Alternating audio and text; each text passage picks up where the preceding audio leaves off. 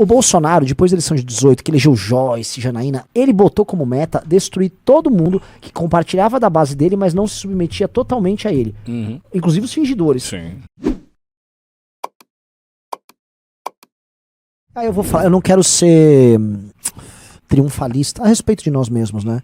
Agora a gente tem culhão pra caralho. Pra não fazer isso com o Bolsonaro. Sim, porque assim, já veio gente zunzunzar a gente pra apoiar o Bolsonaro, a gente já foi, vai tomar no cu.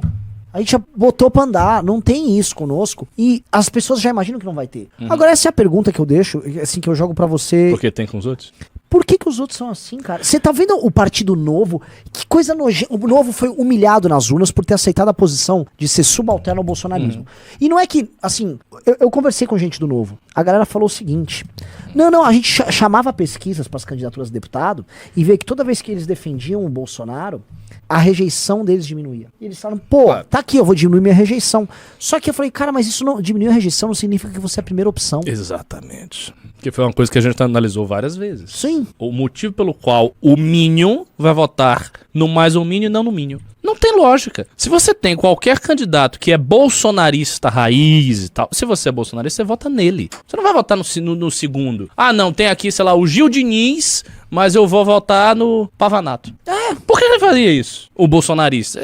Não tem sentido. Ele vai votar no Gil Diniz, ele não vai votar no Pavanato. Que assim, o Gil Diniz é o candidato do Bolsonaro, ele já tá de verde e amarelo, ele tá lutando pelo presidente. É muito óbvio. E outra coisa, o Bolsonaro, depois da eleição de 18, que elegeu Joyce, Janaína, ele botou como meta destruir todo mundo que compartilhava da base dele, mas não se submetia totalmente a ele. Inclusive os fingidores. Sim. E ele teve sucesso nisso. Teve. Pra mim, eu acho que tem uma coisa que a gente tem que... Eu vou fazer nessa live hoje uma série de comentários estranhos. A gente tem que elogiar a inteligência do Bolsonaro, a inteligência política do grupo dele. Sim. Eles conseguiram fazer a limpa. Conseguiram. Eu tô pra levantar aqui qual oportunista puro se elegeu nesse game. Quase ninguém. Tipo, o Pablo Marçal ganhou, sabe? Você sabe que eles estão circulando um meme, um card, com os traíras do Bolsonaro que perderam. E aí traz um monte. Vai entrar Joyce, Frota... Sim, é gigante, Douglas Garcia. Isso tá circulando em todos os grupos bolsonaristas. Eu sei, eu participo de alguns. Eu vi esse card. Então, essa é a primeira dificuldade. Mas eu acho que o caso do Novo é um caso diferente dos demais partidos. Eu não avalio o MDB ou o PDT do mesmo jeito.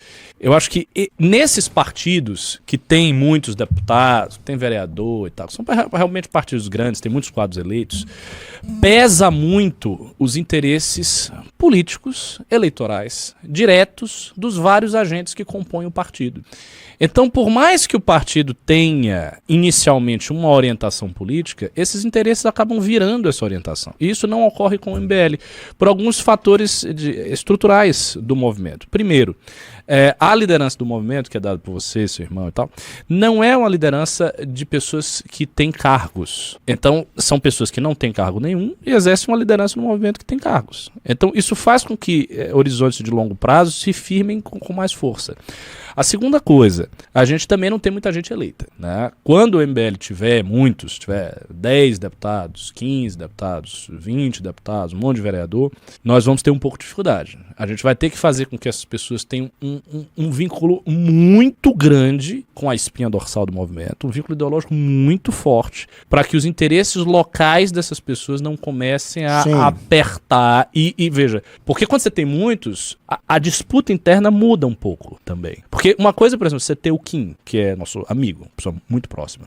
Outra coisa é você ter mais 10 pessoas. Sabe? O cara que se elegeu, mesmo do MBL, no Rio Grande do Sul, que foi aluno do MBL, se destacou. Ele tem também uma conjuntura ali local. Então ele começa a se afastar um pouco do centro decisório e aí esses interesses começam a aparecer. E isso ocorre em todos os partidos de médio porte. Então isso que aconteceu no PDT. O PDT tem interesse no governo Lula. Por exemplo, é difícil a posição do PDT. Imagina que o PDT não fizesse isso. Não vamos apoiar Lula e não vamos apoiar Bolsonaro. Os caras estão no meio. Eles não iam ter espaço nenhum e nada.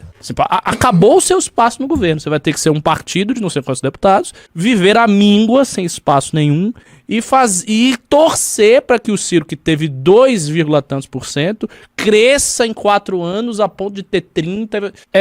O cara que é o dirigente do partido, o Lupe, ele olha para esse cenário e pensa, não vou apostar nisso. Eu não sei se isso vai acontecer, não aconteceu agora, o que vai acontecer daqui a 4 anos? E aí eles fazem essas contas. E pra gente é ótimo, porque a gente fica numa posição que é um vácuo.